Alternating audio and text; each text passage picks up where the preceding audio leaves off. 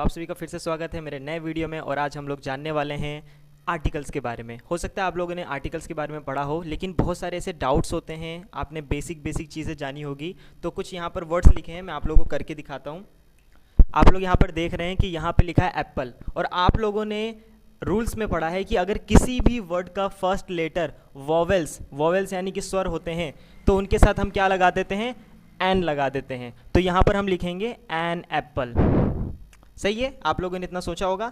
अब उसके बाद सेकंड ऑप्शन आपको यहाँ पे दिख रहा है, सेकंड वर्ड लिखा है यूनिक का जो फर्स्ट लेटर है वो क्या लिखा है, यू है। तो आप लोग सोचेंगे यू जो है वो तो वॉवेल है यानी कि स्वर है, तो इसके साथ क्या लगाएंगे आप, एन लगाएंगे। अगर आप ये सोच रहे हैं कि इसके साथ आप एन लगाएंगे तो बिल्कुल ही गलत है। इसके साथ एन नहीं लगेगा, बल्कि इसके साथ ए लगेगा। हो सकता है आप लोगों ने पहले से बहुत सारी चीज़ें ऐसे पढ़ के आए हैं जहाँ से आपने बहुत सारी गलत चीज़ें भी सीख ली हैं, जिसकी वजह से उस करेक्शन को मैं आज ठीक करने वाला हूँ, जो भी मिस्टेक्स आप लोग करते आए हैं। और आज ऐसी चीज़ें बताऊँगा जो आपके कंपटीशन लेवल तक काम आने वाली हैं। तो आप इस वीडियो को पूरा देखिए। एक लास्ट वर्ड हम देखते हैं, यहाँ पर लिखा है आवर। इसका जो फर्स्ट लेटर है वो लिखा है एच, और आपको पता है जो एच होता है वो होता है कॉन्सोनेंट, और कॉन्सोनेंट के साथ हम लगाते हैं ए। अगर आप ये सोच रहे हैं कि इसके साथ ए लगेगा तो आप बिल्कुल गलत कर रहे हैं, इसके साथ लगेगा एन।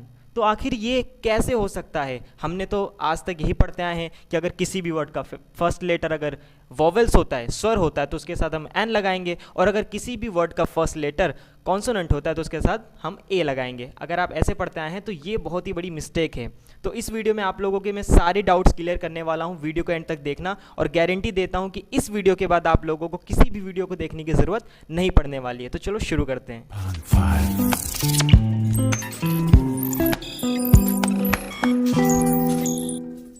तो आप लोगों के सामने कुछ और वर्ड्स दिख रहे होंगे। यहाँ पे लिखा है यूनिवर्सिटी।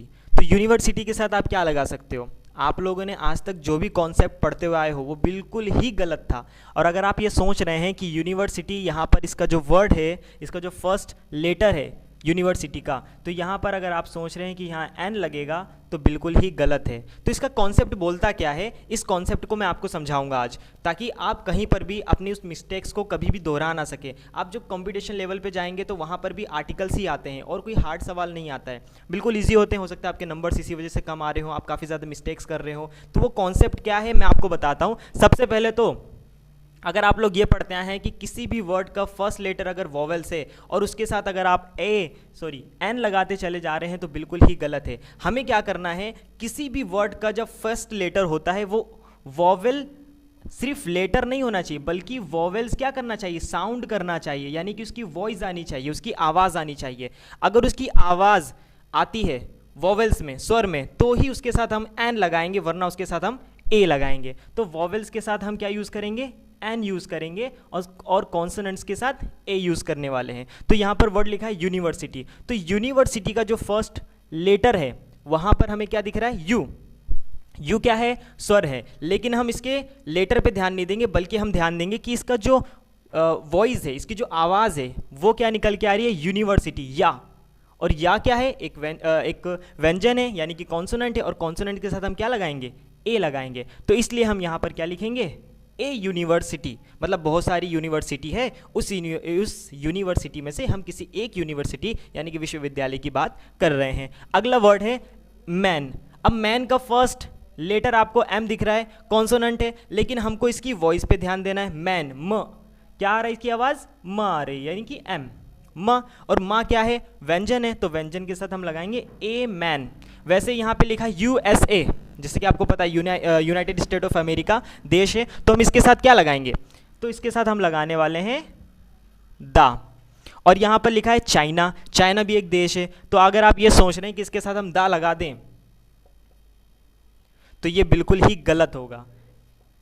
चाइना के साथ कभी भी दा नहीं लगेगा। क्यों? क्योंकि जो यूएसए है इसके साथ बहुत सारे देशों का जो है वो संयोजन है, क्योंकि अमेरिका जो है वो सिर्फ एक देश नहीं है, वहाँ पर काफ़ी सारे देश के पार्टिसिपेट्स हुए, वहाँ पे काफ़ी सारे देश हैं जो इकट्ठा हैं, एक साथ हैं, और उस पूरे इलाके को हम बोलते हैं यूनाइटेड स्टेट ऑफ अमेरिका। यानी कि जो यूनाइटेड स्टेट ऑफ अमेरिका बना है वो किसी एक देश का नाम नहीं है, बल्कि कई सारे देश आपस में मिलके बने हैं।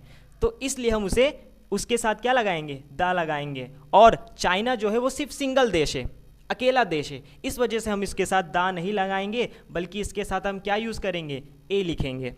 अगला आता है यूनिटी। यूनिटी का फर्स्ट लेटर आपको दिख रहा होगा यू, वॉवेल है, लेकिन इसकी जो आवाज़ आ रही है, उसका जो साउंड आ रहा है वो क्या है, या की है, तो हम इसके साथ क्या लगाएंगे, ए लगाएंगे, ए यूनिटी। इस तरीके से अब आते बहुत सारे टॉपिक्स पे हम, जैसे कि अब दा का यूज़ हम कहाँ करने वाले, किन चीज़ों पे करने वाले हैं, तो वो बहुत ही ज़्यादा इजी है। मैं आपको बताता हूँ कि दा का यूज़ आप तब करेंगे जब किसी स्पेसिफिक चीज़ों की बात करी जाए, किसी खास चीज़ों की बात करी जाए, तब हम दा का यूज़ करते हैं। तो चलो कुछ एग्जाम्पल्स हम ले लेते हैं। तो यहाँ पर कुछ वर्ड्स दिख रहे होंगे, यहाँ पे लिखा है ताजमहल। तो ताजमहल जो है, मैंने बताया भी आप लोगों को, कोई स्पेसिफिक चीज़ हो, कोई ऐसी चीज़ हो जिसकी जैसी कोई और चीज़ हो ही नहीं, कोई यूनिक चीज़ हो। तो जैसे कि ताजमहल, अब आपको पूरे वर्ल्ड में एक ही ताजमहल मिलेगा हमारे इंडिया में, तो आप इसलिए इसके साथ क्या लगाओगे, दा, दा ताजमहल। रेड फोर्ट, लाल किला, लाल किला एक है, इसलिए हम इसके साथ क्या लगाएंगे, दा लगाएंगे। सन, अब सूरज हमारे पास कितना है, एक ही है, उसके जैसे कोई और सूरज है नहीं, हो सकते और भी हो, बट हमारे यूनिवर्स में जो हमारी गैलेक्सी है वहाँ तो भी एक ही है हमारी गैलेक्सी में, तो हम यहाँ क्या करेंगे, द सन। और यहाँ पर एक वर्ड लिखा है गीता। गीता एक होली बुक है, पवित्र ग्रंथ है। तो पवित्र ग्रंथ जो होती हैं, जैसे कुरान हो गया, होली बुक बाइबल हो गया, तो उन सारी चीज़ों के साथ भी हम क्या लगाएंगे, दा लगाएंगे। तो एक बार हम फटाफट से सारी चीज़ें रिवीजन कर लेते हैं कि ए किसके साथ लगेगा, एन किसके साथ लगेगा, और दा किन चीज़ों के साथ लगने वाला है। और सबसे बड़ी चीज़ होती है कि दा किन चीज़ों के साथ नहीं लगेगा, वो मैं आप लोगों को बताता हूँ। तो जल्दी से हम लोग, कुछ सेंटेंस हमारे सामने है, इसको हम सॉल्व करते हैं। तो यहाँ लिखा है आई सा डैश मैन, तो हमें यहाँ पर या तो एन लगाना है, या ए लगाना है, या फिर दा लगाना है। तो मैंने आप लोगों को बताया था कि कभी भी किसी भी वर्ड का फर्स्ट लेटर अगर आप लोगों को वॉवेल साउंड देता है तो आप लोगों को एन लगाना है, लेकिन अगर वॉवेल साउंड नहीं देता तो आप लोगों को ए लगाना है। तो आई सा अ मैन। उसके बाद यहाँ पे लिखा है डैश बॉय वॉज वीपिंग, यानी कि बच्चा एक लड़का रो रहा है, तो रो रहा है, और यहाँ पर बॉय है, बी है, और बी जो साउंड कर रहा है वो किसका साउंड कर रहा है, बा का साउंड कर रहा है। और जो बा होता है वो क्या है, कॉन्सोनेंट है, यानी कि व्यंजन है, और व्यंजन के साथ हम क्या लगाते हैं, ए लगाते हैं। तो हम यहाँ लिखेंगे a boy was weeping. Next हमारा है ही, मीन्स वह ईट्स खाता है डैश ऑरेंज, यानी कि संतरा, वो एक संतरा खाता है। अब यहाँ पर जो एक है उसके लिए हम यूज़ क्या करेंगे, एन यूज़ करेंगे। क्यों, क्योंकि इसका जो फर्स्ट वर्ड है, इसका जो इस वर्ड का जो फर्स्ट लेटर है वो ओ है, और जो ओ है वो वॉवेल है, जब उसके साउंड करता है ऑरेंज, आ की आवाज़ करता है, इसलिए हम इसके साथ क्या लगाएंगे, एन लगाएंगे। अगला है she is reading dash Bible, और बाइबल जो है एक होली बुक है, एक ग्रंथ है, इस वजह से हम इसके साथ क्या लगाएंगे, द बाइबल। उसके बाद लास्ट हमारा आ जाओ, I have dash 1 rupees note, मेरे पास 1 रुपये की क्या है, नोट है, तो उसके साथ हम क्या यूज़ करेंगे, ए यूज़ करेंगे। क्योंकि देखिए यहाँ पर वॉवेल्स तो ओ दिख रहा है, लेकिन इसकी जो साउंड निकल के आ रही है वो है वन, वाह, और जो वाह है वो व्यंजन है, इसलिए हम इसके साथ क्या यूज़ करेंगे, ए यूज़ करेंगे। अब आप लोग समझ चुके होंगे कि अगर किसी भी वर्ड का फर्स्ट लेटर वॉवेल्स की साउंड करता है, वॉवेल्स के साउंड करता है, तो हम उसके साथ एन यूज़ करेंगे, वरना उसके साथ हम क्या लगाएंगे, ए लगाने वाले हैं। अब रही बात दा किन चीज़ों के साथ लगता है और किन चीज़ों के साथ नहीं लगता है, वो मैं आप लोगों को बता देता हूँ। यूज़ ऑफ दा, अब सबसे पहले हम जानेंगे कि जो दा है वो किन चीज़ों के साथ नहीं लगता है। सबसे पहले आप कंट्रीज़, किसी भी कंट्री के साथ दा आप नहीं लगाओगे। अब जैसे कि आप लोग बोलेंगे कि सर हमने तो अभी यूएसए के साथ दा लगाया है, तो जो यूएसए है वो बहुत सारे देशों का क्या है, एक ग्रुप है, और जो ग्रुप हम किसी भी चीज़ को बताते हैं तो आप उसके साथ दा लगाते हैं, लेकिन कंट्रीज़ के साथ हम दा नहीं लगाएं। जैसे एग्जांपल आप लोग देख लीजिए, चाइना हो गया, इंडिया हो गया, इन सभी चीज़ों के साथ हम दा नहीं लगाएंगे। नेक्स्ट आता है हमारा लैंग्वेजेस। लैंग्वेजेस के साथ भी हम दा कभी भी नहीं लगाएंगे। कोई सी भी लैंग्वेज हो गई, चाहे वो इटालियन हो गई, हिंदी हो गई, इंग्लिश हो गई, तो आप कभी भी उसके साथ दा नहीं लगाएंगे। अगर आप बोलेंगे दा हिंदी तो बिल्कुल ही गलत है, अगर आप बोलेंगे दा इंग्लिश ये भी बिल्कुल गलत है। आप कभी भी किसी भी लैंग्वेज के साथ दा यूज़ नहीं कर सकते हो। उसके बाद आते हैं, नेक्स्ट है किसी भी स्ट्रीट्स के साथ, किसी भी स्ट्रीट्स या फिर रोड्स के साथ। आप कभी भी दा यूज़ नहीं करोगे, चाहे वो आपकी कोई सी भी गली होगी, किसी भी गली का नाम हो गया, आप ना तो उसके साथ दा नहीं लगाओगे, ना तो आप किसी भी रोड के साथ दा लगाने वाले हो। अगला आते हैं हम लोग किसी भी व्यक्ति का नाम होगा, ठीक है, तो इसके साथ भी हमें दा नहीं लगाना। जैसे मेरा नाम आरिफ है तो आप दा आरिफ नहीं बोल सकते हो, तो आप सिर्फ उसके साथ इन सारी चीज़ों के साथ आप कभी भी दा मत लगाना। अब हो सकता है आप लोग के दिमाग में आए कि इंडिया में बहुत सारी सिटीज़ हैं, छोटी छोटी सिटीज़ हैं, बड़ी बड़ी सिटीज़ हैं हमारे इंडिया में, जैसे हो गए मुंबई, गुजरात, तो इन सिटी के साथ क्या हम दा लगा सकते हैं? नहीं, आप इनके साथ भी दा यूज़ नहीं कर सकते हो। अब हम जानते हैं कि किन चीज़ों के साथ आप दा लगा सकते हो। अब हम लोग जानते हैं कि दा आप किन किन चीज़ों के साथ लगा सकते हो। सबसे पहले तो किसी भी न्यूज़पेपर के साथ,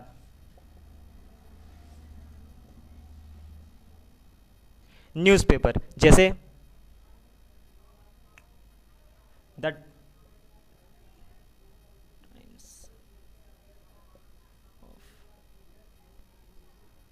आप लोगों ने नाम सुना होगा द टाइम्स ऑफ इंडिया, या फिर दैनिक जागरण है तो द दैनिक जागरण, या फिर आपके जो भी न्यूज़पेपर हैं, जितने भी न्यूज़पेपर है, the New York city, the New York city, या जो भी न्यूज़पेपर आपके वहाँ चलता है, आप सारे के सारे जितने भी न्यूज़पेपर होंगे उनके साथ आप दा लगाएंगे। नेक्स्ट आता है किसी भी होली बुक के साथ, होली बुक्स, जैसे कि मैंने आप लोगों को बताया, जैसे द गीता हो गया, गीता, या फिर कुरान, या फिर आप लगा सकते हो होली बुक बाइबल,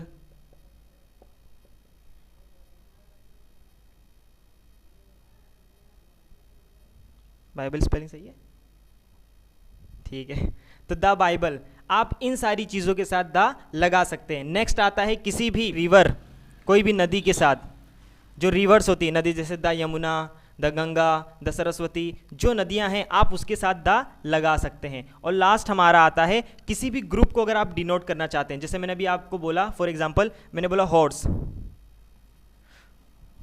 जो हॉर्स है वो सिंगल हॉर्स है, तो हम इसको यहाँ पर क्या बोलेंगे? A horse. लेकिन अगर मुझे इसका पूरा ग्रुप बताना हो, इसका पूरा मुझे ग्रुप बताना हो, तो मैं इसके साथ क्या कर सकता हूं? द लगा सकता हूं और मैं बोलूंगा द हॉर्सेस। ये सारी चीज़ें आप कर सकते हो। अगर आपको कोई भी डाउट है तो आप कमेंट बॉक्स में पूछ सकते हैं, देन अगली वीडियो में भी हम उसके काफ़ी सारे डाउट्स क्लियर करेंगे। वैसे मुझे लगता है कि सारे डाउट्स क्लियर हो गए होंगे, एक बार आप वीडियो को ज़रूर देख लीजिएगा। उम्मीद करता हूँ वीडियो आपको समझ में आया होगी। मिलते हैं नेक्स्ट वीडियो में। Thank you so much.